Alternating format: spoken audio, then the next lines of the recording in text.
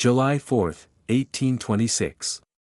Across the young United States, church bells rang, cannons thundered, and citizens gathered to celebrate the 50th anniversary of the Declaration of Independence. It was a day filled with pride and remembrance, marking half a century since 13 colonies had declared themselves free from British rule. But while the nation celebrated its birth, one of its greatest architects lay dying hundreds of miles away at his beloved home, Monticello, in Virginia. As dawn broke, Thomas Jefferson struggled to breathe.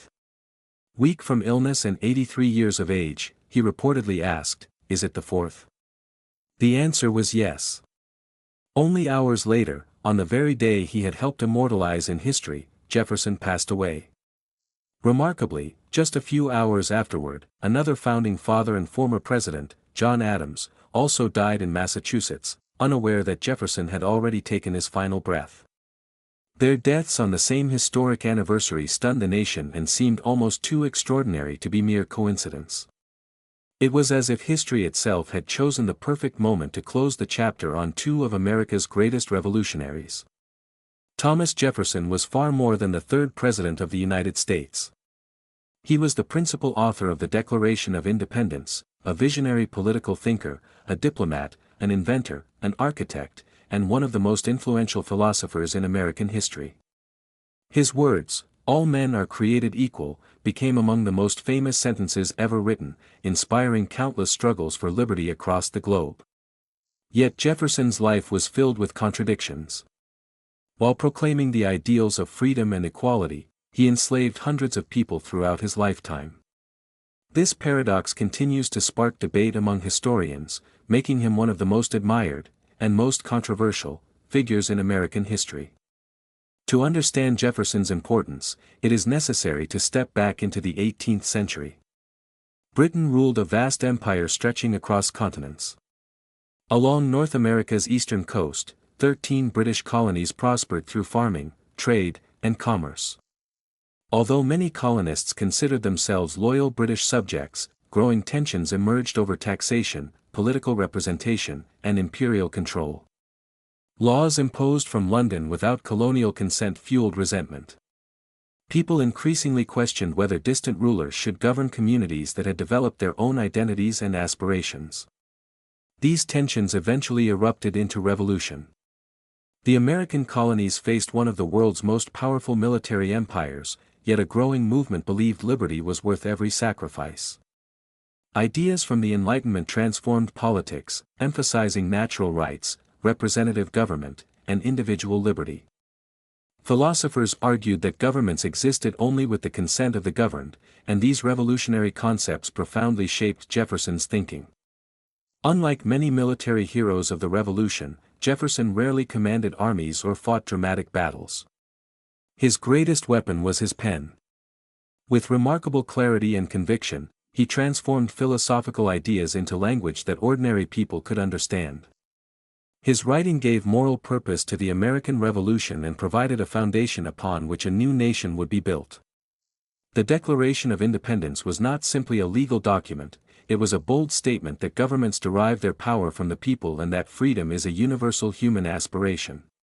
Jefferson's influence did not end with independence. As president, he doubled the size of the United States through the Louisiana Purchase, opening vast territories for exploration and settlement. He championed religious freedom, promoted public education, encouraged scientific discovery, and envisioned an America built upon informed citizens and limited government. His curiosity knew few limits, extending into architecture, agriculture, languages, archaeology, astronomy, and engineering. Yet every achievement came with challenges. Jefferson faced fierce political rivalries, harsh criticism, financial struggles, and moral dilemmas that continue to shape discussions of his legacy today. His friendships evolved into bitter conflicts, and his greatest ideals were often tested by the realities of power and personal circumstance. Who was the man behind these monumental achievements? How did a quiet boy born on the Virginia frontier grow into one of history's most influential statesmen? What experiences shaped the author whose words changed the course of nations? To answer these questions, we must return to the beginning, to the family, birthplace, an early world that formed Thomas Jefferson long before he became a founder of the United States. In the next chapter, we travel to colonial Virginia, where the remarkable story of Thomas Jefferson truly begins. Long before Thomas Jefferson became the author of the Declaration of Independence or the third President of the United States, he was simply a child born into the rolling hills of colonial Virginia. The world he entered on April 13, 1743, April 2 under the old-style calendar then used by Britain, was one of opportunity, hardship, and profound inequality. America did not yet exist as an independent nation. Instead, Virginia was Britain's largest and wealthiest colony, where tobacco plantations fueled the economy and social status was determined by land ownership, family connections, and wealth. Thomas Jefferson was born at Shadwell Plantation in Goochland County, Virginia, a frontier settlement that today lies within Albemarle County. His birthplace stood near the Rivanna River, surrounded by forests, fertile farmland, and the distant Blue Ridge Mountains. Although the region was less developed than Virginia's eastern coast, it offered ambitious families the chance to acquire large estates and build prosperous lives. Jefferson's father, Peter Jefferson, was a remarkable man despite receiving little formal education. Standing over 6 feet tall, an impressive height for the 18th century, Peter earned a reputation as a skilled surveyor, successful planter, and respected public official. Through intelligence, determination, and hard work, he accumulated thousands of acres of land across Virginia. His profession as a surveyor required him to explore vast stretches of wilderness, map unknown territories, and understand the geography of the expanding colony. These experiences instilled in him a practical knowledge that would later inspire his son's lifelong fascination with science, geography, and exploration. Unlike many wealthy Virginians who inherited their fortunes, Peter Jefferson built much of his success through personal effort. His achievements taught young Thomas that discipline and perseverance could create opportunities. Peter was known for his honesty, physical strength, and leadership within the local community. Although he could not provide an elite classical education himself, he deeply valued learning and intended that his children receive the best schooling available. Thomas's mother, Jane Randolph Jefferson, came from the distinguished Randolph family, one of the most influential and aristocratic families in colonial Virginia. The Randolphs traced their ancestry to English nobility and held considerable political and economic power throughout the colony. Through his mother, Thomas inherited connections to many of Virginia's future leaders, judges, military officers, and politicians. This combination of his father's self-made success and his mother's prestigious heritage gave Jefferson both practical values and access to elite society. Thomas was the third of 10 children and grew up in a lively household filled with brothers and sisters. Family life revolved around the plantation, where daily activities depended not only on relatives but also on the labor of enslaved African men, women, and children. Like many prosperous Virginia families, the Jeffersons relied on slavery to maintain their estate and agricultural operations. From his earliest years, Thomas witnessed this system as an ordinary part of plantation life. Although he would later write eloquently about liberty and human equality, he also inherited and expanded the institution of slavery, creating one of the greatest contradictions of his life and legacy. Economically, Virginia flourished through tobacco cultivation, which generated enormous wealth for successful planters. However, tobacco farming also created financial instability. Crop prices fluctuated, debts mounted, and dependence on British merchants often left colonial landowners struggling despite their apparent prosperity. These economic realities shaped Jefferson's understanding of trade, agriculture, and government throughout his life.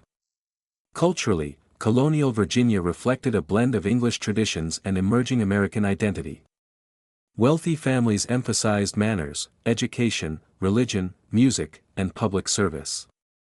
The Anglican Church played an important role in community life, while Enlightenment ideas from Europe gradually spread among educated colonists.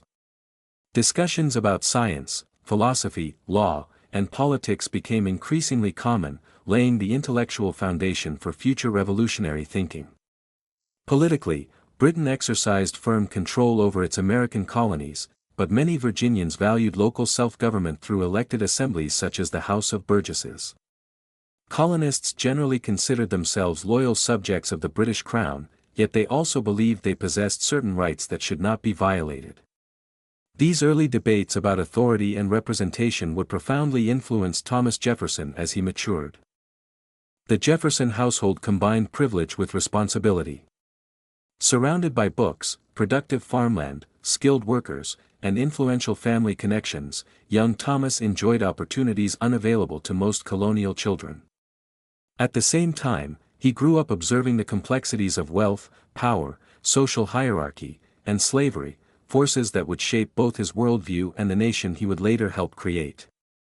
Before Thomas Jefferson could become a revolutionary thinker or a national leader, however, he first had to navigate the adventures, lessons, and discoveries of childhood. Those early years would reveal the curiosity, intelligence, and determination that set him apart from an early age. The childhood of Thomas Jefferson was shaped by curiosity, discipline, and a deep connection to the natural world. Long before he became one of America's most influential thinkers, he was an observant boy wandering the forests and hills of colonial Virginia, constantly asking questions about the world around him. Those early years laid the intellectual and moral foundation that would guide him throughout his remarkable life. Growing up at Shadwell Plantation, Jefferson enjoyed opportunities that many children of his time could only dream of. His family's wealth allowed him access to books, tutors, and experiences that nurtured his growing mind. Yet life on the Virginia frontier was far from luxurious in every respect. The plantation was surrounded by dense forests, winding rivers, and rugged mountains. Rather than seeing the wilderness as frightening, young Thomas viewed it as a giant classroom filled with endless mysteries waiting to be explored. His father, Peter Jefferson, encouraged practical learning as much as formal education.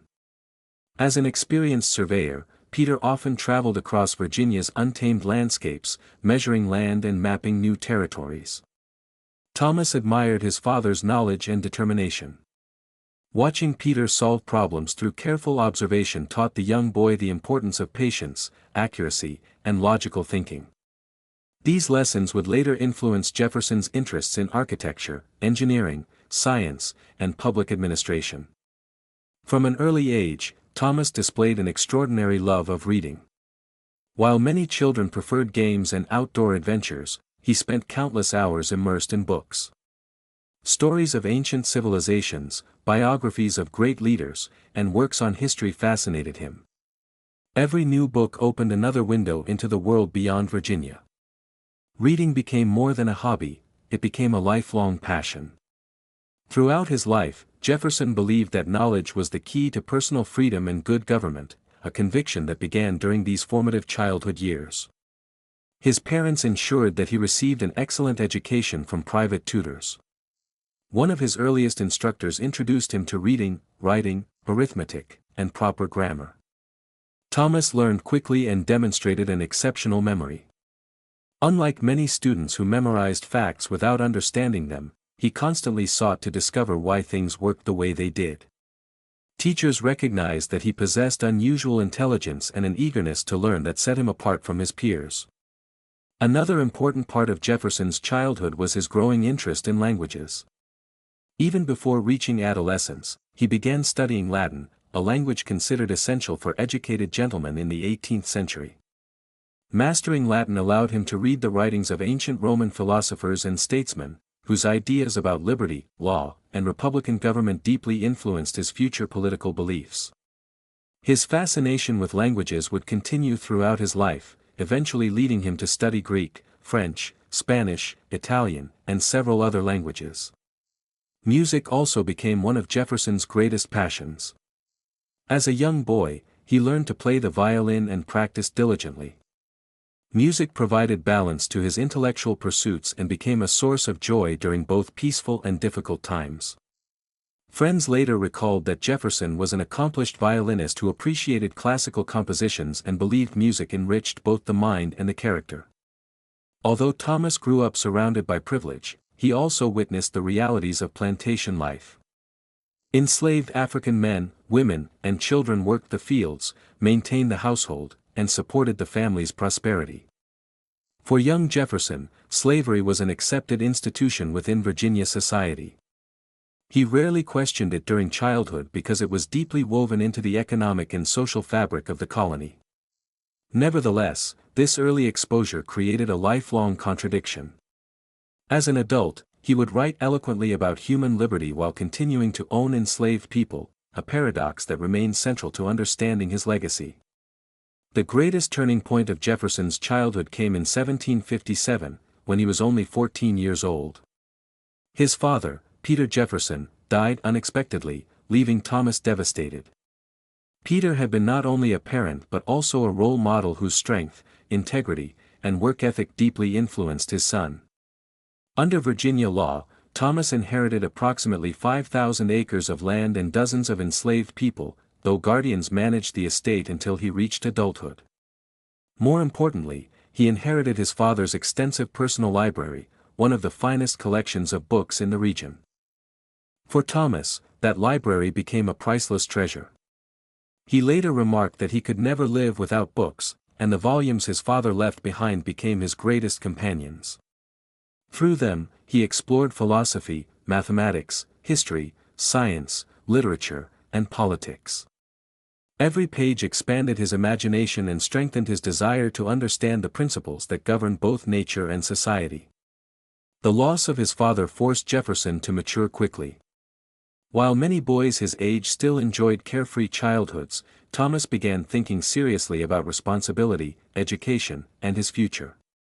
Supported by his family and tutors, he channeled his grief into study, determined to honor his father's legacy through learning and achievement. By the end of his childhood, Thomas Jefferson had already developed the qualities that would define his life: relentless curiosity, intellectual discipline, a passion for knowledge, and an unwavering belief in the power of education. These traits prepared him for the next stage of his journey, when advanced schooling, influential mentors, and new ideas would transform an intelligent Virginia boy into one of the brightest minds of the American Enlightenment. As Thomas Jefferson entered his teenage years, his remarkable curiosity began to evolve into disciplined scholarship. The lessons learned during childhood had awakened an insatiable desire for knowledge, but adolescence would provide the education, mentors, and experiences that transformed him into one of the brightest intellectuals in colonial America. These years were not defined by military exploits or political victories but by books, ideas, and the relentless pursuit of learning that would eventually shape the future of an entire nation. Following the death of his father in 1757, 14-year-old Jefferson found comfort in education. His guardians ensured that he continued his studies under the guidance of the Reverend James Morey, one of Virginia's most respected classical scholars. Morey was known for maintaining high academic standards and believed that true education required discipline, reason, and moral character. Under his instruction, Jefferson immersed himself in Latin and Greek, studying the great authors of the ancient world. The writings of Cicero, Virgil, Homer, and Tacitus captivated the young student. Through these classical works, Jefferson encountered ideas about republican government, civic responsibility, justice, and individual liberty.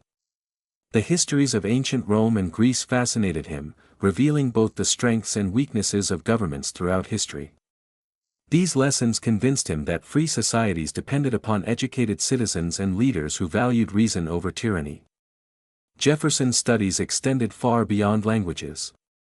He developed strong abilities in mathematics, geography, history, philosophy, and literature. Unlike many students who memorized facts simply to satisfy their teachers, Jefferson sought to understand the deeper principles behind every subject. He believed that education was not merely preparation for a career but the foundation of an enlightened life. This habit of lifelong learning became one of his defining characteristics. In 1760, at just 16 years of age, Jefferson enrolled at the College of William and Mary in Williamsburg, Virginia. Founded in 1693, it was the second oldest institution of higher education in Britain's American colonies. Williamsburg itself was the political and cultural center of Virginia, filled with government officials, lawyers, merchants, scholars, and members of the colonial elite.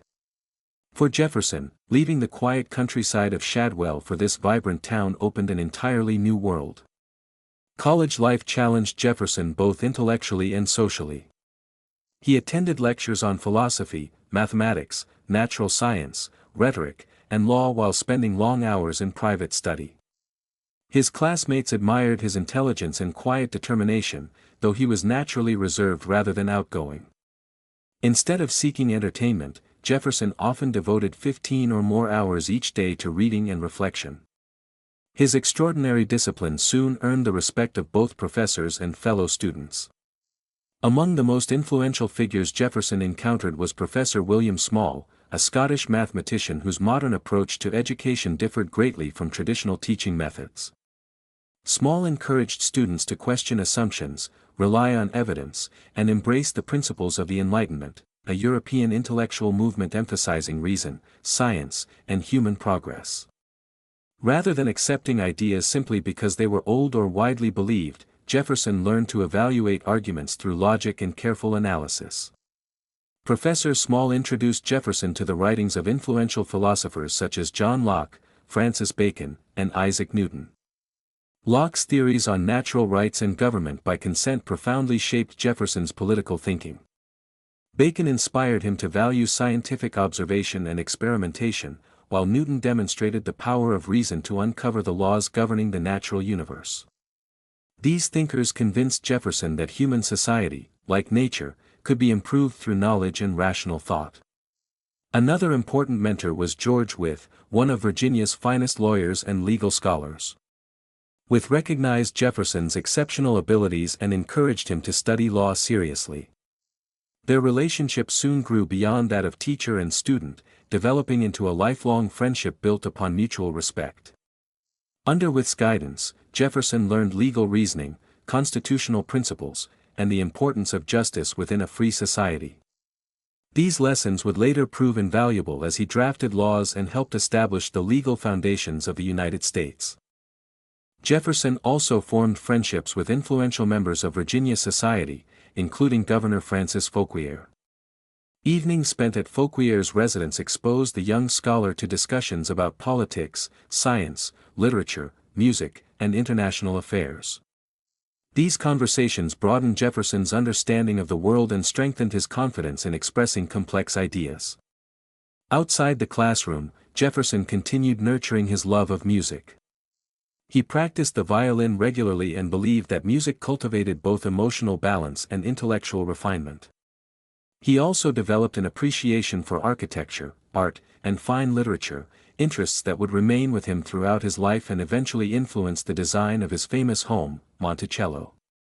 Despite his academic success, Jefferson faced challenges.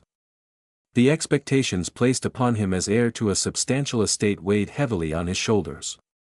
He understood that his education was preparing him not only for personal success but also for leadership and public service. Balancing scholarly ambition with family responsibilities required maturity beyond his years. When Jefferson graduated from the College of William and Mary in 1762, he was no ordinary young man. He had become an accomplished scholar with a deep understanding of history, philosophy, science, law, and government. More importantly, he had embraced the Enlightenment ideals that would soon fuel the American Revolution. Equipped with knowledge, discipline, and influential mentors, Thomas Jefferson stood ready to begin the next chapter of his life, a journey into law, politics, and the first steps toward national leadership. By the time Thomas Jefferson completed his education at the College of William and Mary in 1762, he had developed into one of the most promising young scholars in Virginia. Yet the years ahead would test whether his remarkable intellect could be transformed into practical leadership. As Jefferson entered adulthood, he embarked on a journey through law, politics, marriage, and public service, experiences that would prepare him to become one of the principal architects of the American Revolution. Rather than immediately seeking political office, Jefferson chose to study law under the guidance of George Wythe, Virginia's most respected legal scholar. Unlike modern law students, Jefferson did not attend a formal law school. Instead, he spent nearly 5 years reading legal texts, observing court proceedings, and discussing complex cases with Wythe. The apprenticeship demanded extraordinary discipline, and Jefferson embraced it wholeheartedly. His daily routine reflected his lifelong dedication to learning. He rose before sunrise, spent hours studying legal principles, examined English common law, and carefully analyzed judicial decisions. He filled notebooks with observations and copied important passages by hand, believing that writing reinforced understanding. This methodical approach made him not only a knowledgeable lawyer but also a precise and persuasive writer. In 1767, at the age of 24, Jefferson was admitted to the Virginia bar and began practicing law. His calm demeanor, logical reasoning, and exceptional preparation quickly earned him respect throughout the colony. Although he was not known for dramatic courtroom speeches, clients valued his careful research and ability to construct convincing legal arguments. During the following years, he handled hundreds of cases involving property disputes, debts, inheritance, contracts, and criminal matters. Practicing law also exposed Jefferson to the realities of colonial society. He witnessed firsthand the economic struggles of small farmers, the influence of wealthy landowners, and the complicated relationship between colonial governments and British authority. These experiences strengthened his belief that laws should protect individual rights rather than serve only the interests of the powerful. While building his legal career, Jefferson also began managing the extensive lands he had inherited from his father. He supervised farming operations, experimented with new agricultural techniques, and sought ways to improve productivity. Fascinated by science and innovation, he carefully recorded weather patterns, crop yields, and soil conditions. Agriculture was far more than a business to Jefferson, it was a scientific pursuit and, in his view, the foundation of a healthy republic. Despite his growing success, Jefferson's life changed dramatically in 1770 when tragedy struck. A devastating fire destroyed his childhood home at Shadwell Plantation. Although many valuable possessions were lost, Jefferson managed to save a significant portion of his treasured book collection. The disaster convinced him to accelerate construction of a new residence on a nearby hilltop.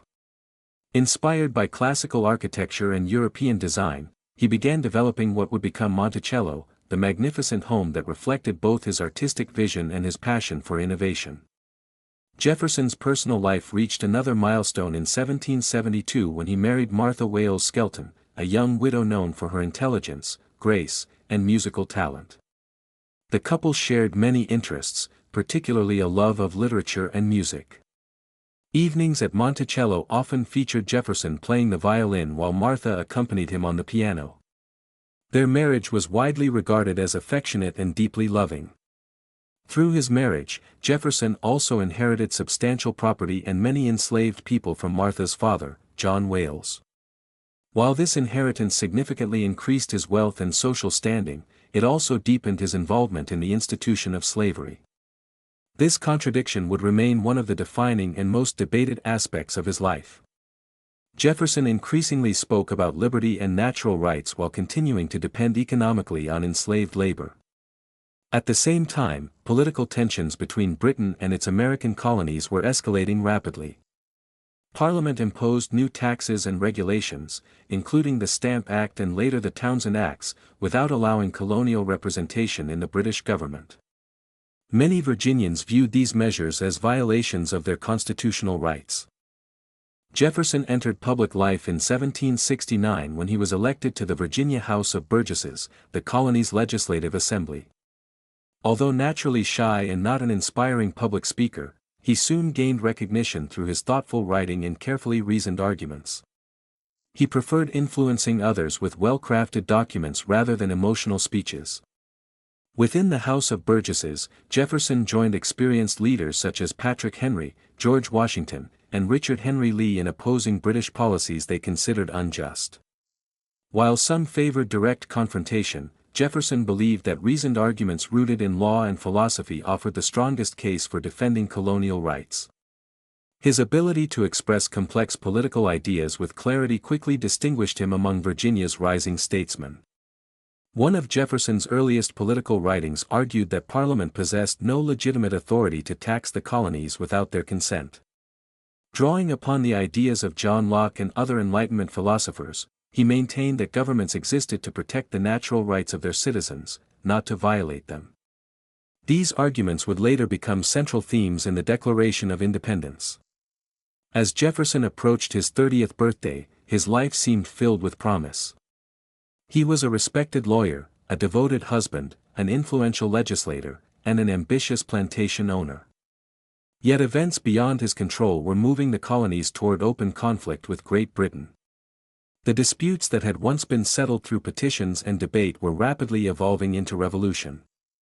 Soon, Thomas Jefferson would be called upon to use not a weapon, but his extraordinary gift for words. Those words would forever change the course of American history and inspire generations around the world. By the early 1770s, Thomas Jefferson had established himself as a respected lawyer, an ambitious planter, and a thoughtful member of Virginia's House of Burgesses. Yet outside his home colony, few people knew his name. That was about to change. As the relationship between Great Britain and its American colonies deteriorated, Jefferson's extraordinary ability to express revolutionary ideas in clear, persuasive language would propel him onto the national stage. Unlike military leaders who gained fame through battlefield victories, Jefferson rose to prominence through the unmatched power of his pen. The years leading to the American Revolution were marked by growing unrest.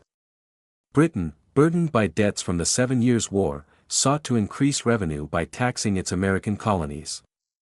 Measures such as the Stamp Act, the Townshend Acts, and the Tea Act angered many colonists, who argued that they could not be taxed without representation in Parliament. Protests spread throughout the colonies, and confidence in British leadership steadily declined. Jefferson closely followed these events. Deeply influenced by Enlightenment philosophers such as John Locke, he believed that governments existed only with the consent of the governed. If rulers violated the natural rights of the people, citizens possessed the right to resist unjust authority. These principles became the foundation of his political philosophy. In 1774, Britain responded harshly to the Boston Tea Party by passing the Coercive Acts, known in America as the Intolerable Acts. These laws punished Massachusetts by closing the port of Boston and limiting colonial self-government. Across the colonies, many viewed the measures as an attack on the liberties of all Americans, not just those living in Massachusetts. Jefferson decided that the time had come to speak out. He wrote a remarkable pamphlet titled, A Summary View of the Rights of British America. Although originally intended as instructions for Virginia delegates attending a colonial convention, the document quickly gained widespread attention. In it, Jefferson argued that the colonies possessed the natural right to govern themselves and that the British king had exceeded his legitimate authority. The pamphlet was bold, confident, and unlike anything many readers had encountered before. Jefferson did not merely complain about unfair taxes. Instead, he challenged the very idea that Parliament had unlimited power over the colonies. His arguments were rooted in history, law, and philosophy rather than emotion, making them especially persuasive to educated readers throughout America and even in Britain. The publication immediately elevated Jefferson's reputation. Political leaders recognized that the quiet lawyer from Virginia possessed an extraordinary gift for explaining complex constitutional issues with remarkable clarity. His writing combined logical reasoning with powerful language that inspired readers to think differently about freedom, government, and individual rights. Jefferson's growing influence led to his election as a delegate to the Second Continental Congress in Philadelphia in 1775. There, he joined some of the most influential figures in American history, including George Washington, John Adams, Benjamin Franklin, Roger Sherman, and John Hancock.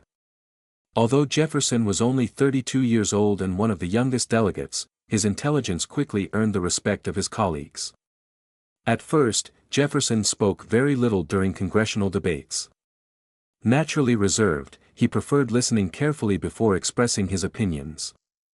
Some delegates initially overlooked him because he rarely delivered passionate speeches like Patrick Henry or John Adams. However, those who read his written proposals recognized the exceptional quality of his thinking. John Adams soon became one of Jefferson's strongest supporters. Although Adams was outspoken, energetic, and sometimes fiery, Jefferson was calm, thoughtful, and analytical. Despite their contrasting personalities, the two men formed a productive friendship based on mutual respect. Adams later recalled that Jefferson possessed a happy talent of composition and believed no one could write more effectively on behalf of the American cause. Meanwhile, military conflict had already begun. In April 1775, battles at Lexington and Concord marked the beginning of the American Revolutionary War. Colonists who had once hoped for reconciliation with Britain increasingly concluded that independence was the only remaining solution. Public opinion shifted rapidly as fighting spread across the colonies. Within Congress, support for complete independence grew stronger throughout the first half of 1776. When Richard Henry Lee of Virginia introduced a resolution declaring that the colonies are, and of right ought to be, free and independent states, Congress appointed a committee to draft a formal declaration explaining the reasons for separation. The committee consisted of 5 members: Thomas Jefferson, John Adams, Benjamin Franklin, Roger Sherman, and Robert R. Livingston. Although Adams was older and more experienced, he insisted that Jefferson should write the first draft. Adams believed Jefferson's elegant writing style, respected reputation, and Virginia background made him the ideal author. Jefferson initially hesitated, but Adams convinced him to accept the responsibility. Working alone in a rented room in Philadelphia during June 1776, Jefferson began composing one of the most influential political documents in human history. Drawing upon years of legal study, Enlightenment philosophy, colonial grievances, and his own deep belief in liberty, he carefully crafted every sentence. The task before him was enormous. He was not simply writing a letter or a speech, he was giving voice to an entire revolution. His words would need to justify independence before the world and explain why ordinary people had chosen to challenge one of the most powerful empires in history. The quiet scholar from Virginia was about to become the author of a document that would change not only America but the course of world history forever. On July 4, 1776, the Continental Congress formally adopted the Declaration of Independence. Although several delegates had contributed suggestions and revisions, the heart of the document remained Thomas Jefferson's work. At just 33 years old, the quiet lawyer from Virginia had written words that would echo across centuries. Almost overnight, Jefferson became one of the most influential political thinkers in America. Yet while the Declaration announced the birth of a new nation, the Revolutionary War was far from over. Independence had been declared, but it still had to be won. Unlike George Washington, who led armies into battle, Jefferson continued serving the revolutionary cause through government and legislation. After leaving the Continental Congress later in 1776, he returned to Virginia, convinced that building strong state governments was just as important as defeating British forces on the battlefield. He believed that lasting liberty depended not only on military victory but also on fair laws, educated citizens, and accountable leaders. Jefferson was elected to the Virginia House of Delegates, where he immediately began working to modernize the state's legal system. Many of Virginia's laws still reflected outdated English traditions and aristocratic privileges. Jefferson argued that the new republic needed laws based on equality, reason, and justice rather than inherited status. Working closely with his longtime mentor George Wythe and fellow reformer Edmund Pendleton, Jefferson proposed sweeping legal reforms. Together they reviewed hundreds of colonial laws, eliminating those they believed were inconsistent with Republican government. Jefferson wanted Virginia to become an example of enlightened democracy, where citizens enjoyed greater freedom regardless of family background. Among his most significant reforms was the effort to weaken the system of inherited privilege. Under English law, wealthy families often passed entire estates to their eldest sons through a practice called primogeniture. Jefferson believed this concentrated wealth and political power in the hands of a few families while limiting opportunities for others. He successfully supported legislation ending primogeniture and restricting entail, allowing property to be divided more fairly among heirs. Jefferson also championed religious liberty. In colonial Virginia, the Anglican Church held official status, and taxpayers were often required to support it financially regardless of their personal beliefs. Jefferson considered this a violation of individual conscience. He argued that faith should always be a personal choice, free from government interference. In 1777, he drafted the Virginia Statute for Religious Freedom, one of the proudest achievements of his career. Although political opposition delayed its passage until 1786, the statute declared that no person should be forced to support or practice any religion against their will. It guaranteed freedom of conscience and separated religious belief from government authority. Jefferson later regarded this law as one of the three greatest accomplishments of his life, requesting that it be inscribed on his tombstone instead of mentioning his presidency. Education became another central focus of Jefferson's vision. He believed democracy could survive only if ordinary citizens possessed knowledge and critical thinking skills. Ignorant populations, he warned, were vulnerable to tyranny and manipulation. Jefferson proposed a statewide system of public education that would provide opportunities for talented children regardless of wealth. Although many of his educational reforms would not be fully implemented during his lifetime, they established principles that influenced American education for generations. As Jefferson's reputation continued to grow, he was elected governor of Virginia in 1779. At 36 years old, he assumed leadership during one of the most dangerous periods of the Revolutionary War.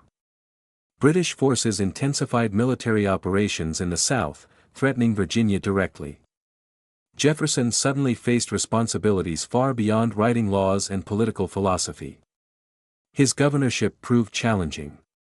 Virginia struggled with shortages of weapons, supplies, and trained soldiers.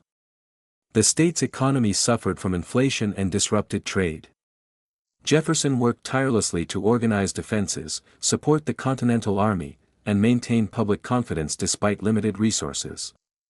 However, governing during wartime required quick military decisions, an area where Jefferson possessed little experience.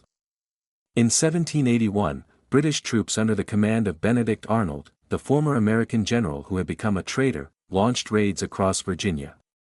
Later, forces led by Lord Cornwallis advanced deeper into the colony. As enemy troops approached Richmond, Jefferson ordered government records removed and relocated to protect them from capture. Eventually, British cavalry commanded by Lieutenant Colonel Banastre Tarleton attempted to capture Jefferson at Monticello. Warned only minutes before the soldiers arrived, Jefferson narrowly escaped on horseback with the help of local militia. Although he avoided capture, critics accused him of failing to respond aggressively enough to the British invasion. Political opponents questioned his leadership, and Jefferson chose not to seek another term as governor. The experience deeply affected him. For perhaps the first time in his public career, Jefferson faced serious criticism and personal disappointment. The brilliant writer who had inspired a revolution discovered that governing during war demanded different skills than drafting historic documents. Yet even amid criticism, many continued to admire his integrity, intelligence, and unwavering commitment to Republican ideals. Despite these setbacks, Jefferson's influence remained immense. His legal reforms transformed Virginia, his advocacy of religious freedom reshaped American constitutional thought, and his educational vision inspired future generations. More importantly, the ideals he expressed in the Declaration of Independence continued motivating soldiers fighting for liberty across the colonies. Although his governorship ended under difficult circumstances, Jefferson's public career was far from over. Soon, new opportunities would emerge on the international stage, allowing him to represent the young United States before the governments of Europe and helping establish America's place among the nations of the world. By the early 1780s, Thomas Jefferson had already secured a place in history as the principal author of the Declaration of Independence. Yet the most influential accomplishments of his life were still ahead. Over the next 4 decades, he would serve as a diplomat, cabinet secretary, vice president, president, educator, and visionary. His decisions would expand the United States, strengthen its democratic institutions, and shape the nation's future in ways few leaders have ever matched. Following the American victory in the Revolutionary War, the United States faced the enormous challenge of establishing itself among the nations of the world. In 1784, Jefferson was appointed to represent the young republic in Europe. A year later, he succeeded Benjamin Franklin as the United States Minister to France. Living in Paris exposed Jefferson to one of Europe's greatest centers of culture, science, architecture, and political thought. Jefferson admired many aspects of French society, particularly its art, literature, and intellectual life. He met philosophers, scientists, diplomats, and inventors, constantly expanding his knowledge. At the same time, he observed the deep inequalities that existed between the French nobility and ordinary citizens. These experiences reinforced his belief that governments should protect individual rights rather than privilege a wealthy elite. His observations in France would later influence his views on democracy and republican government. Returning to America in 1789, Jefferson accepted President George Washington's invitation to become the nation's first Secretary of State. In this role, he managed foreign affairs during the fragile early years of the Republic. The United States had to navigate dangerous rivalries between Britain and France while protecting its own independence. Jefferson believed America should avoid becoming entangled in European conflicts and instead focus on strengthening its own institutions. During Washington's administration, Jefferson frequently disagreed with Alexander Hamilton, the first Secretary of the Treasury. Hamilton favored a strong central government, a national bank, and close economic ties with Britain. Jefferson, by contrast, believed that the nation's strength rested with independent farmers, limited federal power, and the protection of individual liberties. Their debates gave rise to America's first political parties, with Jefferson emerging as the leader of the Democratic-Republican Party. Although these disagreements were often intense, they helped define the principles of American democracy by encouraging open political debate. In 1797, Jefferson became the second Vice President of the United States under President John Adams. Relations between the two former friends had become strained because of political differences, and Jefferson often found himself opposing the policies of the Federalist administration. Nevertheless, he continued advocating constitutional government and civil liberties. The presidential election of 1800 proved to be one of the most significant in American history. Jefferson defeated John Adams after a fiercely contested campaign. The election ended peacefully despite intense political rivalry, marking the first transfer of power between opposing political parties in United States history. Jefferson later described this peaceful transition as a victory for Republican government equal in importance to the Revolution itself. On March 4, 1801, Thomas Jefferson took the oath of office as the third President of the United States. In his inaugural address, he called for national unity, declaring, "We are all Republicans, we are all Federalists." Rather than seeking revenge against political opponents, he urged Americans to work together for the common good. His words reassured a divided nation and strengthened confidence in the new constitutional system. Jefferson's greatest presidential achievement came in 1803 with the Louisiana Purchase. When France unexpectedly offered to sell the vast Louisiana territory, Jefferson recognized an extraordinary opportunity. Although the Constitution did not explicitly authorize such a purchase, he believed the chance was too important to ignore. For $15 million, the United States acquired approximately 828,000 square miles of land, doubling the nation's size almost overnight. The Louisiana Purchase transformed America's future. It secured control of the Mississippi River and the vital port of New Orleans, opened immense opportunities for agriculture and settlement, and removed a major European power from the nation's western border. Historians continue to regard it as one of the greatest land acquisitions in modern history. Determined to understand this newly acquired territory, Jefferson commissioned the famous Lewis and Clark expedition in 1804. Led by Meriwether Lewis and William Clark, the expedition traveled thousands of miles across the continent to the Pacific Ocean. Along the journey, the explorers mapped rivers and mountains, documented hundreds of plant and animal species, established relationships with numerous Native American nations, and greatly expanded scientific knowledge of North America. Jefferson's lifelong curiosity about geography, botany, zoology, and exploration found perfect expression in this remarkable mission. Jefferson also sought to reduce the national debt, streamline government spending, and encourage westward expansion. He believed that a responsible government should avoid unnecessary debt while protecting the liberties of its citizens. Although not every policy achieved complete success, his administration significantly strengthened the young republic's financial stability.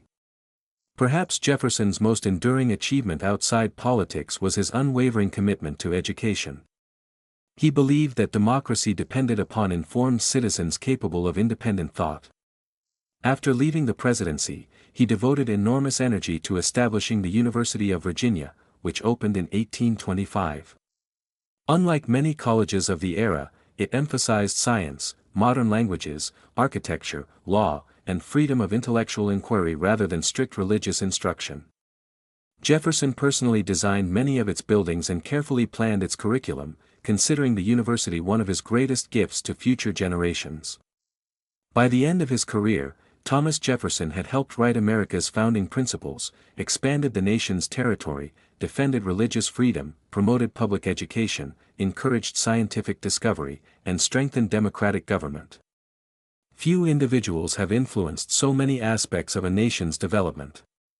Yet even at the height of his success, Jefferson faced growing criticism, difficult political conflicts, and personal contradictions that would test both his leadership and his legacy. Thomas Jefferson's achievements secured his place among America's greatest founding fathers, but his journey was never free from hardship. Behind every success stood powerful opponents, difficult decisions, and personal contradictions that tested both his leadership and his character. As the United States grew into a stronger nation, Jefferson found himself facing fierce political rivals, international crises, financial struggles, and moral dilemmas that continue to shape how history remembers him. One of Jefferson's greatest challenges emerged long before he became president. During the administration of George Washington, he found himself in constant conflict with Alexander Hamilton, the brilliant Secretary of the Treasury. Although both men wanted the United States to succeed, they envisioned two very different futures for the young republic. Hamilton believed the nation needed a strong federal government, a national bank, close economic ties with Britain, and a thriving manufacturing economy. Jefferson, on the other hand, believed that America's strength rested with independent farmers, limited federal authority, and greater power for individual states. He feared that an overly powerful central government could eventually become as oppressive as the British monarchy the colonies had fought to escape. Their disagreements soon became deeply personal. Newspapers aligned with each political faction attacked the character and policies of both men. Jefferson accused Hamilton of favoring wealthy elites, while Hamilton questioned Jefferson's political judgment and consistency. Their rivalry helped create America's first two major political parties, permanently changing the nation's political landscape. Though bitter at times, their debates established the tradition of organized political opposition that remains central to American democracy today. Jefferson also experienced a painful deterioration in his friendship with John Adams. During the Revolutionary era, the two men had worked closely together and developed mutual respect. Adams had even encouraged Jefferson to draft the Declaration of Independence. However, political divisions during the 1790s gradually turned former allies into rivals. The presidential election of 1800 became one of the most contentious campaigns in American history. Federalists portrayed Jefferson as a dangerous radical whose presidency would bring chaos, while Jefferson supporters accused Adams of expanding federal power at the expense of individual liberty. Although Jefferson ultimately won the election, the bitterness of the campaign left deep personal wounds. Only years later, after both men retired from politics, would they rebuild their friendship through an extraordinary exchange of letters that revealed their shared respect despite profound disagreements. Jefferson's presidency also faced serious international challenges. Europe was engulfed in the Napoleonic Wars, with Britain and France fighting for dominance. Both nations interfered with American trade, seized merchant ships, and impressed American sailors into military service. Jefferson sought to avoid war, believing that the young United States lacked the resources for another major conflict. In 1807, hoping to pressure Britain and France without resorting to military action, Jefferson supported the Embargo Act. The law prohibited American ships from trading with foreign countries, intending to use economic pressure instead of armed conflict. Jefferson believed the policy would force European powers to respect American neutrality. Instead, the embargo produced severe economic hardship at home. American merchants lost business, ports became quiet, unemployment increased, and many farmers struggled to sell their crops. Smuggling became widespread, particularly along the Canadian border, as people attempted to avoid the restrictions. Critics argued that the embargo harmed Americans far more than it hurt Britain or France. Political opponents seized the opportunity to attack Jefferson's leadership. Newspapers mocked the embargo, and many citizens blamed the president for the nation's economic difficulties. Although Jefferson believed he had acted to preserve peace, the policy remains one of the most controversial decisions of his presidency. Beyond politics, Jefferson faced ongoing financial problems throughout his adult life. Despite owning thousands of acres of land, he struggled with debt for decades. His passion for books, architecture, scientific instruments, fine wines, and imported goods often exceeded his income. Agricultural setbacks, declining tobacco prices, and inherited financial obligations added to his difficulties. Ironically, one of America's greatest advocates of independence spent much of his own life burdened by financial dependence on creditors. Perhaps the greatest challenge to Jefferson's historical reputation was the contradiction between his ideals and his actions regarding slavery. In the Declaration of Independence, he wrote that all men are created equal, yet he enslaved more than 600 people over the course of his lifetime. While Jefferson occasionally described slavery as morally wrong and harmful to society, he never developed a practical plan to end it during his lifetime. Instead, he remained economically dependent on enslaved labor at Monticello. Modern historians continue to debate this contradiction. Some argue that Jefferson's words inspired future generations to fight for equality and civil rights, while others emphasize that his failure to free most of the people he enslaved undermined the principles he so eloquently expressed. The lives of the enslaved families at Monticello, including the well-documented relationship between Jefferson and Sally Hemings, an enslaved woman who bore several of his children, remain central to understanding both his achievements and his moral shortcomings. Jefferson also faced criticism from Native American nations as American settlement expanded westward following the Louisiana Purchase. Although he sometimes advocated peaceful relations and trade, federal policies increasingly pressured indigenous peoples to surrender their lands, beginning a pattern that would continue throughout the 19th century. By the end of his presidency in 1809, Jefferson remained widely respected but no longer universally admired. Admirers celebrated his defense of liberty, education, and constitutional government. Critics questioned his economic policies, political decisions, and personal contradictions. Yet every challenge Jefferson encountered prepared him for the defining turning point of his life, not merely as a politician, but as a statesman whose ideas would continue shaping America long after he left public office. The next chapter would reveal how one decision permanently transformed the future of the United States and cemented Jefferson's place among history's most influential leaders. Every great leader experiences a defining moment, a decision that changes not only their own life but also the course of history. For Thomas Jefferson, that moment came in 1803. The opportunity was unexpected, the constitutional questions were enormous, and the risks were significant. Yet Jefferson chose to act. His decision to purchase the vast Louisiana territory from France permanently transformed the United States, doubling its size and laying the foundation for its rise as a continental power. At the beginning of the 19th century, the United States was still a relatively small nation. Most Americans lived east of the Mississippi River, while the immense lands beyond remained largely unexplored by citizens of the young republic. The Mississippi River served as the country's most important commercial highway. Farmers depended upon it to transport crops to the port of New Orleans, where goods were shipped to markets around the world. Whoever controlled New Orleans controlled the economic future of the American West. Initially, Spain governed Louisiana and generally allowed Americans to use the port peacefully. However, in 1800, Spain secretly transferred the territory back to France under the leadership of Napoleon Bonaparte. Jefferson immediately recognized the danger. Napoleon was one of Europe's most ambitious military leaders, and a powerful French empire controlling the Mississippi River could threaten both American trade and national security. Jefferson preferred diplomacy over war. He instructed American diplomats Robert Livingston and James Monroe to travel to Paris and negotiate the purchase of New Orleans. Their mission was straightforward: secure the port so American commerce could continue uninterrupted. Jefferson authorized them to spend up to $10 million, believing that obtaining New Orleans alone would be a remarkable success. Then something astonishing happened. Facing renewed war with Britain, financial difficulties, and the collapse of France's ambitions in the Caribbean after the Haitian Revolution, Napoleon made an unexpected proposal. Instead of selling only New Orleans, he offered the entire Louisiana territory, more than 828,000 square miles, for $15 million. The offer stunned the American negotiators. They had no instructions to buy such an enormous region. Yet they also realized the opportunity might never come again. Without waiting for further approval, Livingston and Monroe accepted the proposal.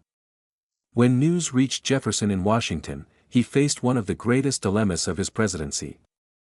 As a strict believer in the Constitution, Jefferson had long argued that the federal government possessed only those powers specifically granted by the Constitution.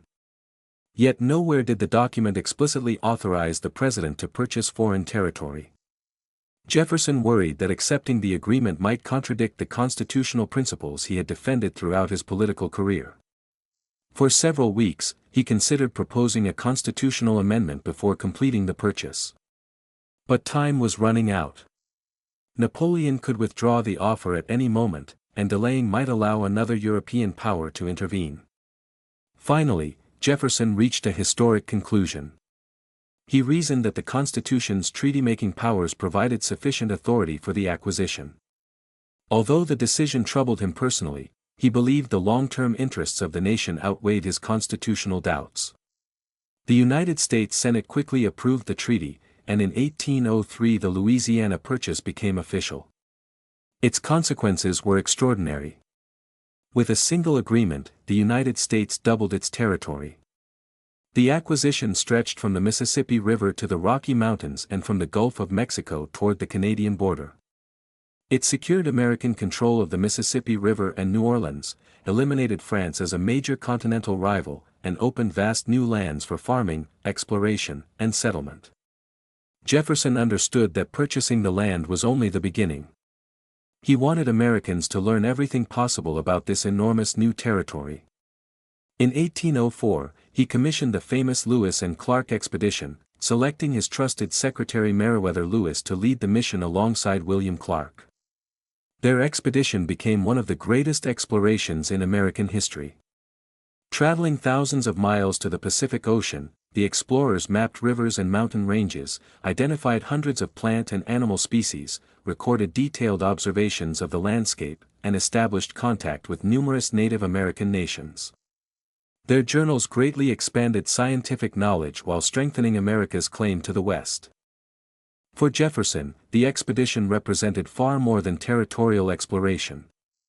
It reflected his lifelong passion for science, geography, botany, zoology, and discovery.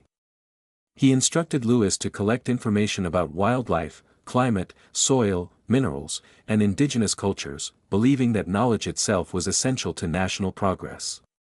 However, the Louisiana Purchase also brought new challenges.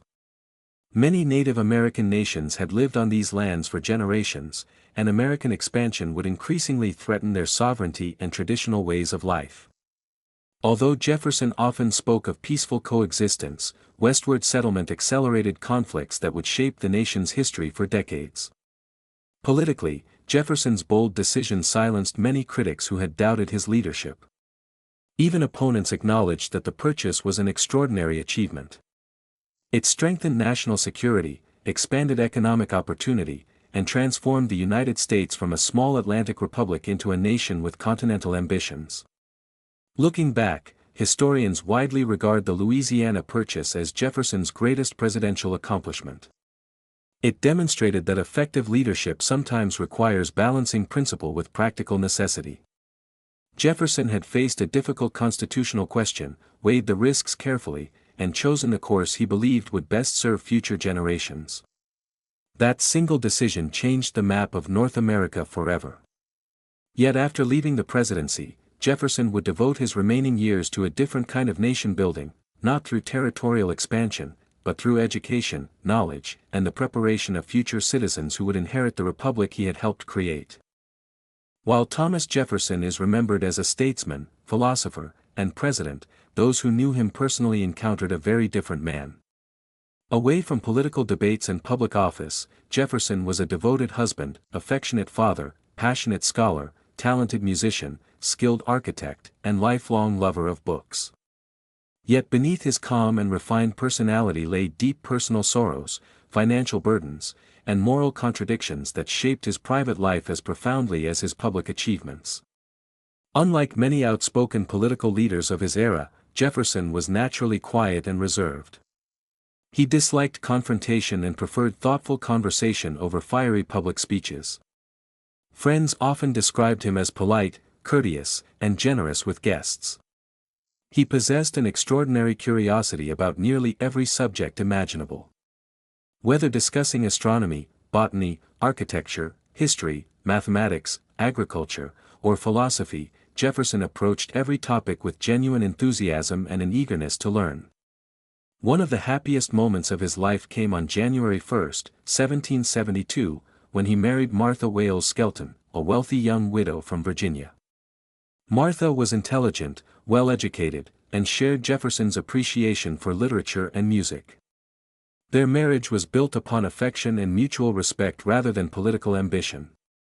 The couple settled at Monticello, Jefferson's beloved mountaintop estate overlooking the Virginia countryside.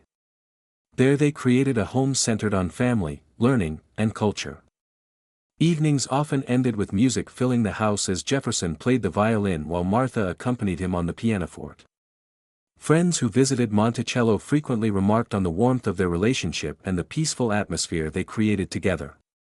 Jefferson and Martha had 6 children, but family life was marked by repeated heartbreak. In the 18th century, disease claimed many young lives, and the Jefferson family suffered devastating losses.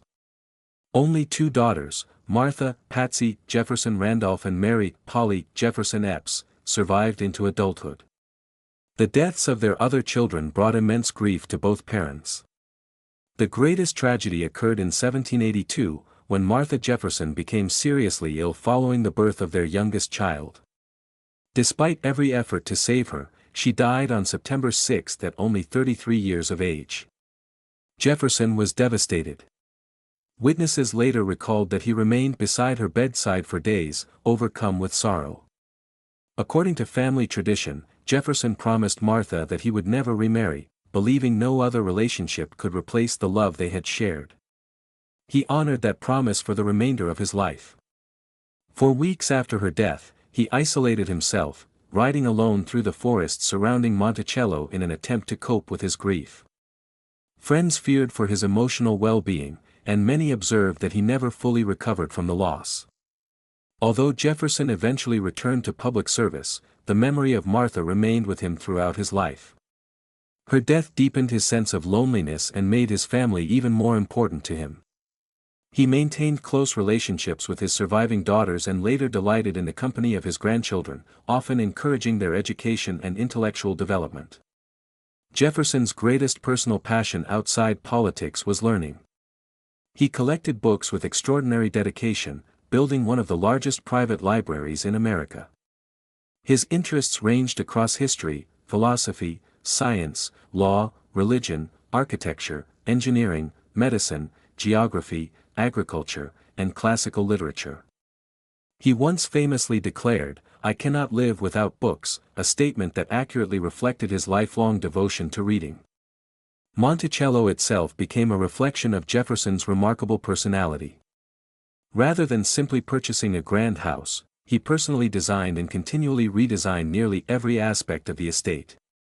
Inspired by classical Roman architecture and European innovations, he filled the home with inventions, scientific instruments, maps, artwork, and mechanical devices.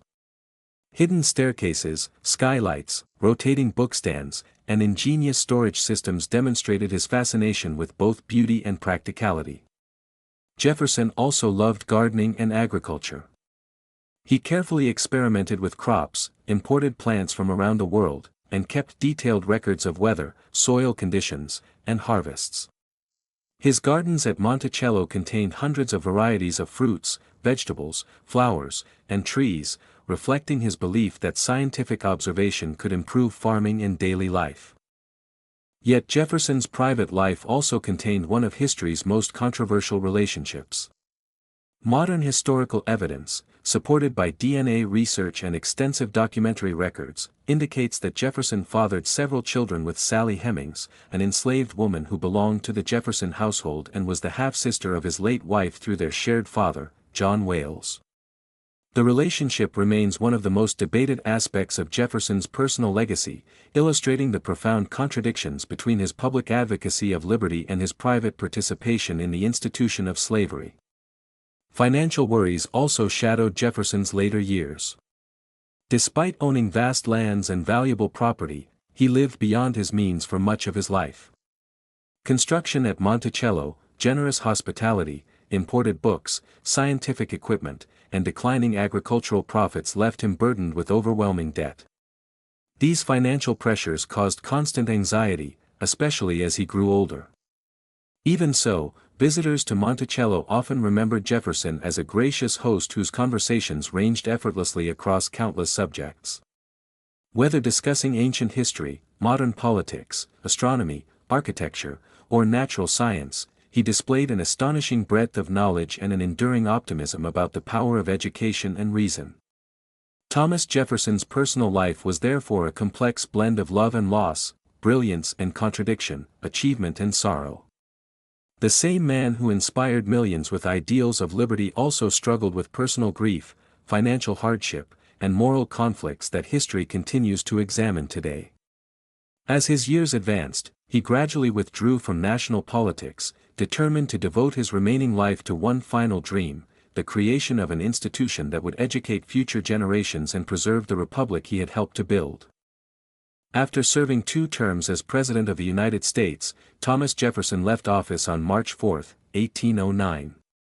At 65 years old, he had spent decades helping shape the American Republic, as a revolutionary, diplomat, Secretary of State, Vice President, and President. Many expected him to retire quietly at his beloved Monticello, but Jefferson believed his greatest contribution to the nation's future still lay ahead. Rather than seeking additional political influence, he dedicated his remaining years to education, intellectual advancement, and preserving the ideals upon which the United States had been founded. Jefferson returned to Monticello determined to live as a private citizen. Surrounded by his books, gardens, architectural projects, and family, he resumed the scholarly lifestyle he had always enjoyed. Yet retirement did not mean inactivity. He rose before sunrise, read for hours each day, exchanged letters with friends around the world, and continued studying subjects ranging from philosophy and law to astronomy, agriculture, engineering, and natural science. His correspondence during these years became one of the most remarkable collections of letters in American history. Jefferson communicated with scientists, inventors, politicians, educators, and philosophers across Europe and the United States. Through thousands of carefully written letters, he discussed constitutional government, religious liberty, education, scientific discoveries, and the future of democracy. Even without holding public office, his opinions continued influencing national debates. One of the most meaningful developments of Jefferson's later life was the restoration of his friendship with John Adams. The two men had spent years as bitter political rivals after the fiercely contested election of 1800. However, in 1812, encouraged by their mutual friend Dr. Benjamin Rush, they resumed correspondence. Over the next 14 years, Jefferson and Adams exchanged more than 150 letters discussing politics, philosophy, religion, aging, history, and the American Revolution. Their conversations revealed 2 elderly statesmen reflecting honestly upon the triumphs and mistakes of their generation. Though they continued disagreeing on many political issues, mutual respect gradually replaced old resentments. Today, their correspondence is considered one of the greatest intellectual exchanges in American history. While Jefferson enjoyed discussing philosophy, his greatest ambition after retirement was educational reform. Throughout his life, he had believed that democracy depended upon educated citizens capable of independent thought. Without education, he warned, liberty could never survive. This conviction inspired his most cherished lifelong project, the creation of the University of Virginia. Unlike existing colleges, many of which emphasized religious instruction, Jefferson envisioned a modern university devoted to reason, science, law, medicine, mathematics, languages, and the liberal arts. Students, he believed, should learn to question ideas, examine evidence, and prepare themselves for responsible citizenship rather than simply memorize established doctrines. Jefferson personally designed much of the university's architecture. Inspired by classical Roman principles, he created an innovative campus centered around the magnificent rotunda, modeled after Rome's Pantheon. He carefully planned classrooms, libraries, gardens, student residences, and public spaces, believing that beautiful surroundings encouraged thoughtful learning. Construction demanded years of effort despite Jefferson's declining health and worsening financial difficulties. He supervised building projects, selected faculty members, planned academic programs, and reviewed countless architectural details. Every aspect reflected his belief that education represented the strongest safeguard of freedom. When the University of Virginia officially opened in 1825, Jefferson considered it the crowning achievement of his later years. Although age prevented him from participating as actively as he wished, seeing students arrive on the campus filled him with immense satisfaction. He believed the institution would educate generations of leaders capable of preserving the American Republic long after the Founding Fathers were gone. Jefferson also continued experimenting with agriculture at Monticello. He tested new crop varieties, improved farming techniques, and maintained detailed weather records. His scientific curiosity never faded. Whether examining fossils, studying Native American languages, or exploring architectural innovations, he approached every subject with the same enthusiasm that had characterized his youth. Despite these accomplishments, Jefferson's later years were overshadowed by severe financial problems. Declining agricultural profits, inherited debts, expensive construction projects, and decades of generous hospitality placed enormous strain on his finances. Although he owned valuable land, he often lacked sufficient cash to meet his obligations. Friends occasionally offered assistance, but Jefferson remained deeply troubled by his growing debts. His health also began to decline. Years of constant work, advancing age, and physical illness gradually reduced his strength. Nevertheless, his mind remained remarkably active. Visitors to Monticello continued to marvel at his wide-ranging conversations, describing him as courteous, thoughtful, and endlessly curious despite his frailty.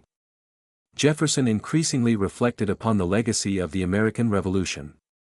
He believed that each generation bore responsibility for protecting liberty and adapting government to changing circumstances.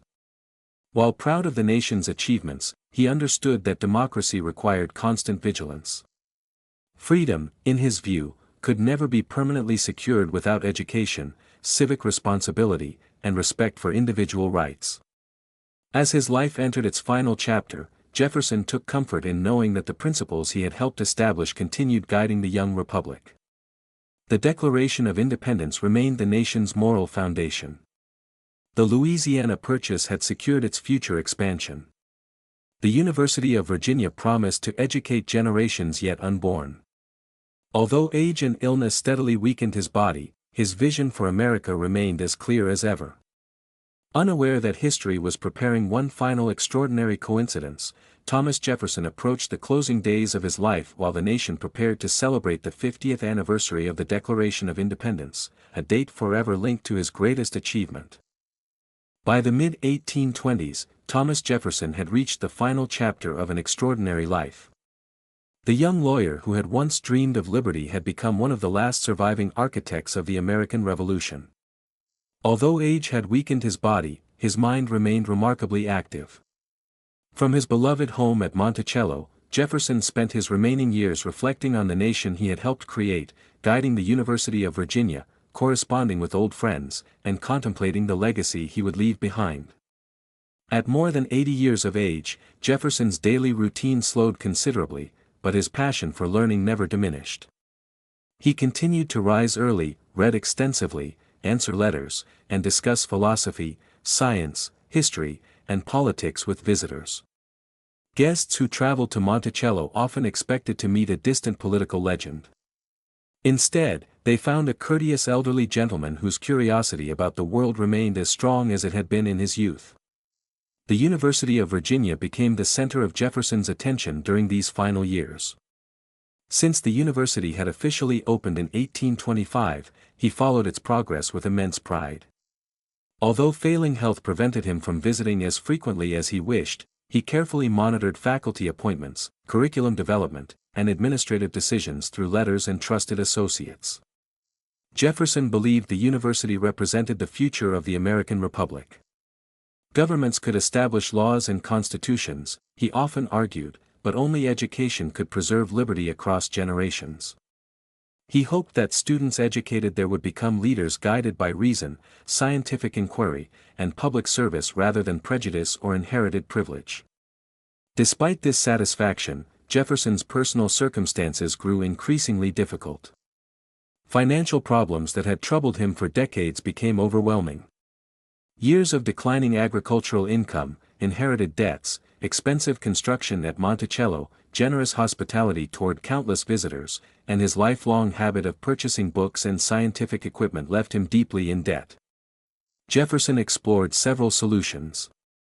Friends organized efforts to raise money on his behalf, and lotteries were even proposed to help relieve his financial burden. Though grateful for the support, Jefferson felt embarrassed that the man who had helped establish a nation dedicated to independence remained personally burdened by creditors. He worried constantly about the future of his family and the possibility that Monticello might eventually have to be sold. His health also declined steadily. Jefferson suffered from rheumatism, digestive disorders, and recurring urinary problems that caused increasing pain and weakness. Walking became difficult, and he spent more time confined indoors. Yet even during illness, he insisted on remaining informed about national affairs and continued writing whenever his strength allowed. One source of comfort was the renewed friendship with John Adams. Although separated by hundreds of miles, the two former presidents continued exchanging thoughtful letters filled with reflections on the Revolution, the Constitution, religion, philosophy, and old age. Their correspondence revealed two aging statesmen who understood that they belonged to a generation rapidly passing into history. As the year 1826 approached, Americans prepared to celebrate an extraordinary milestone, the 50th anniversary of the Declaration of Independence. Across the nation, communities organized parades, speeches, church services, fireworks, and public celebrations. Citizens hoped that the surviving founding fathers might participate in commemorating the document that had given birth to the United States. Jefferson desperately wished to attend the celebration in Washington, D.C., but his physicians knew the journey was impossible. His health had deteriorated too severely. Instead, he wrote a heartfelt letter declining the invitation while expressing his hope that future generations would continue defending the principles of liberty and self-government established in 1776. As summer arrived, Jefferson's condition worsened rapidly. Family members remained constantly by his bedside at Monticello, recognizing that his final days were approaching. Despite intense pain, he remained mentally alert, occasionally asking about national events and the approaching Independence Day celebrations. According to those present, one of Jefferson's final questions reflected the event occupying his thoughts: is it the 4th? He wanted to know whether he had lived long enough to witness the 50th anniversary of the Declaration of Independence, the document that had defined both his life and the nation's identity. On the morning of July 4, 1826, the answer was yes. As church bells rang across America celebrating 50 years of independence, Thomas Jefferson quietly took his final breath at Monticello. He was 83 years old. The timing of his death astonished the nation. Even more extraordinary, only a few hours later in Quincy, Massachusetts, his longtime friend, political rival, and fellow founding father John Adams also died. Adams' reported final words were, "Thomas Jefferson survives," unaware that Jefferson had passed away earlier that same day. The coincidence seemed almost unbelievable. Two of the principal architects of American independence had died on the exact 50th anniversary of the Declaration they had helped create. To many Americans, it appeared as though history itself had chosen the perfect moment to close the lives of two revolutionary giants. Jefferson's passing marked the end of an era. The generation that had declared independence was disappearing, leaving the responsibility of preserving the republic to those who followed. Yet while the man was gone, his ideas would continue shaping the nation for centuries. The story, however, did not end with his death. The reactions that followed, the debates surrounding his legacy, and the lasting influence of his words would ensure that Thomas Jefferson remained one of the most studied, admired, and controversial figures in world history. The death of Thomas Jefferson on July 4, 1826, marked the end of one of the most extraordinary lives in American history. It was a moment filled with symbolism unlike any other. 50 years earlier, Jefferson had drafted the Declaration of Independence, giving voice to the ideals upon which the United States was founded. Now, on the exact 50th anniversary of that historic document, one of its greatest authors took his final breath. To many Americans, the timing seemed almost providential, as though history itself had chosen the perfect day for Jefferson's life to come full circle.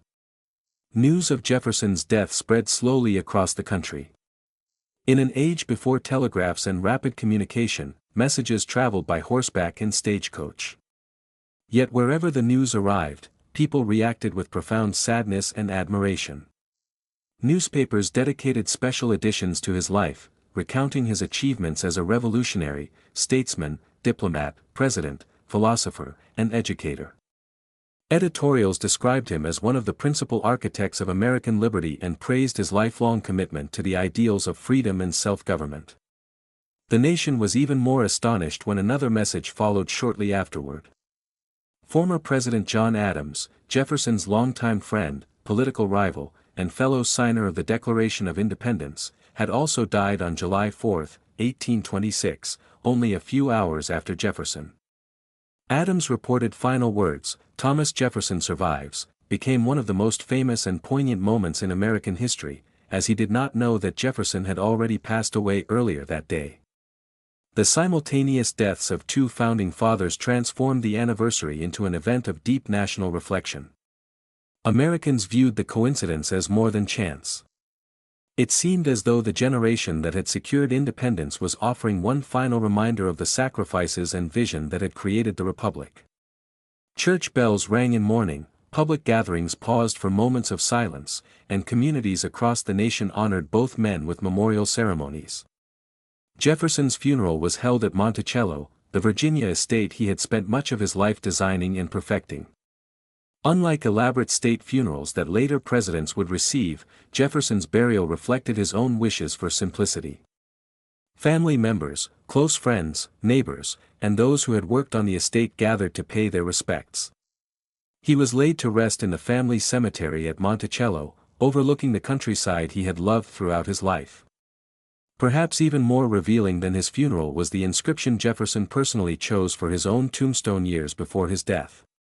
Remarkably, he did not ask to be remembered as President of the United States, Governor of Virginia, or Secretary of State. Instead, he requested only 3 achievements. Author of the Declaration of American Independence. Author of the Virginia Statute for Religious Freedom. Father of the University of Virginia. These were the accomplishments Jefferson believed represented his greatest contributions to humanity. To him, political office was temporary, but the principles of liberty, religious freedom, and education would endure for generations. Despite the nation's admiration, Jefferson's death also exposed the difficult realities of his personal life. His financial situation had become disastrous. Years of declining agricultural income, inherited obligations, construction expenses at Monticello, and decades of generous hospitality had left him burdened with overwhelming debt. Because his estate could not satisfy his creditors, many of his possessions had to be sold. The consequences were heartbreaking for his family. Monticello itself was eventually sold, ending Jefferson's family's ownership of the estate. Thousands of books from his personal library had already been sold years earlier to help replenish the Library of Congress after British troops burned Washington during the War of 1812, but many remaining belongings, furniture, livestock, and household items were auctioned after his death. Even more tragic was the fate of the enslaved people who had lived and worked at Monticello. Because of Jefferson's debts, many were sold to different owners, separating families who had lived together for generations. Although Jefferson freed only a small number of enslaved individuals through his will, the vast majority remained in bondage after his death. This painful reality continues to shape modern understanding of his complicated legacy. Political leaders throughout the United States issued tributes praising Jefferson's role in founding the nation. President John Quincy Adams, the son of John Adams, honored Jefferson as a man whose writings had inspired not only Americans but advocates of liberty around the world. Across Europe and Latin America, reformers and revolutionaries also mourned his passing, recognizing that the principles expressed in the Declaration of Independence had influenced movements for self-government far beyond the borders of the United States. In the weeks following Jefferson's death, Americans increasingly reflected on the responsibility that now rested upon future generations. The Founding Fathers were disappearing, but the republic they had created continued to grow. Their ideals would no longer be protected by the men who had first proclaimed them. Instead, preserving liberty, constitutional government, and democratic institutions would become the duty of every new generation. Although Thomas Jefferson's earthly journey had ended, his influence had not. His words, ideas, and achievements continued shaping the nation he helped create. At the same time, his contradictions invited difficult questions that historians would debate for centuries. His story was no longer simply the story of one man, it had become part of the ongoing story of America itself. Few individuals have shaped the history of the United States as profoundly as Thomas Jefferson. More than 2 centuries after his death, his ideas continue to influence governments, inspire democratic movements, and spark passionate debate around the world. He was a revolutionary who transformed political philosophy into enduring principles, a president who expanded the nation beyond imagination, and a scholar who believed that education and knowledge were the true guardians of liberty. Yet he was also a man whose personal contradictions ensure that his legacy remains as complex as it is influential. Jefferson's greatest and most enduring contribution was undoubtedly the Declaration of Independence. Written in 1776, its opening paragraphs became far more than an announcement of separation from Britain. They established a universal statement about human rights, declaring that all people possess inherent rights that governments must protect. Although these ideals were imperfectly applied during Jefferson's lifetime, they became the moral foundation for countless struggles for justice and equality. Throughout American history, reformers have repeatedly turned to Jefferson's words when demanding greater freedom. The abolitionist movement cited the Declaration in its campaign against slavery. Women's rights advocates used its language while fighting for equal opportunities. During the civil rights movement, leaders such as Dr. Martin Luther King Jr. invoked Jefferson's promise that all men are created equal, arguing that the nation had a responsibility to fulfill the ideals expressed at its birth. Across the world, independence movements have also drawn inspiration from the principles Jefferson articulated in Philadelphia nearly 250 years ago. Jefferson's influence extended far beyond political philosophy. His purchase of the Louisiana Territory in 1803 transformed the geography and future of the United States. By doubling the nation's size, securing control of the Mississippi River, and encouraging exploration of the American West, he helped create the conditions for the country's future growth into a continental power. His commitment to religious liberty also left an enduring mark on American society. The Virginia Statute for Religious Freedom, which he considered one of his greatest achievements, became a model for the First Amendment to the United States Constitution. Its principles established that government should neither impose religion nor interfere with individual belief, a concept that remains a cornerstone of American democracy. Education represented another pillar of Jefferson's legacy. His founding of the University of Virginia reflected his conviction that democracy could survive only if citizens were informed, thoughtful, and capable of independent judgment. Today, universities around the world continue embracing many of the educational ideals Jefferson championed: intellectual freedom, scientific inquiry, and the pursuit of knowledge through reason rather than unquestioning authority. Jefferson also embodied the spirit of the Enlightenment. His interests extended across architecture, agriculture, astronomy, archaeology, engineering, botany, linguistics, law, and philosophy. Monticello itself stands as evidence of his extraordinary curiosity, blending artistic beauty with scientific innovation. Few political leaders in history have demonstrated such a wide-ranging intellectual appetite. Yet Jefferson's legacy cannot be understood without confronting its deepest contradiction. The man who proclaimed that all men are created equal, enslaved hundreds of African Americans throughout his lifetime. Although he occasionally criticized slavery as morally harmful and dangerous to the nation's future, he failed to take meaningful action to abolish the institution on his own plantations. His dependence on enslaved labor, combined with his documented relationship with Sally Hemings, has led historians to examine the gap between his ideals and his actions. Modern scholarship increasingly presents Jefferson as neither an untouchable hero nor a figure to be dismissed entirely. Instead, historians view him as a brilliant yet deeply flawed human being, a product of his era who simultaneously challenged some injustices while participating in others. This balanced perspective encourages a more honest understanding of history, recognizing both extraordinary achievement and significant moral failure. Public debates about Jefferson continue today. His name appears on schools, universities, memorials, and monuments throughout the United States, while discussions persist about how societies should remember historical figures whose accomplishments coexist with profound shortcomings.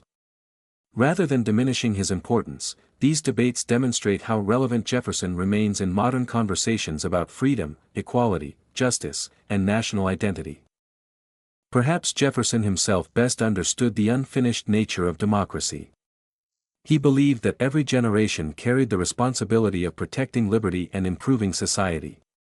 Governments, he argued, should evolve alongside the people they served, always striving to secure greater justice without abandoning the principles upon which freedom depended. Today, visitors from around the world continue to walk through Monticello, read the Declaration of Independence, study his letters, and explore the University of Virginia. His ideas remain embedded in constitutions, court decisions, classrooms, and democratic institutions across the globe. Whether admired for his vision or criticized for his contradictions, Thomas Jefferson remains impossible to ignore. History rarely offers perfect heroes. Instead, it presents remarkable individuals whose achievements changed the world while whose imperfections remind us of the complexity of the human experience. Thomas Jefferson was one of those individuals. He helped give birth to a nation, expanded its horizons, defended freedom of conscience, championed education, and wrote words that continue to inspire billions of people. At the same time, his life challenges us to measure great ideals not only by what is written, but by how faithfully they are lived. Centuries later, the story of Thomas Jefferson continues to inspire, challenge, and fascinate people around the world. His life remains a reminder that a single individual can leave a mark on history that lasts forever.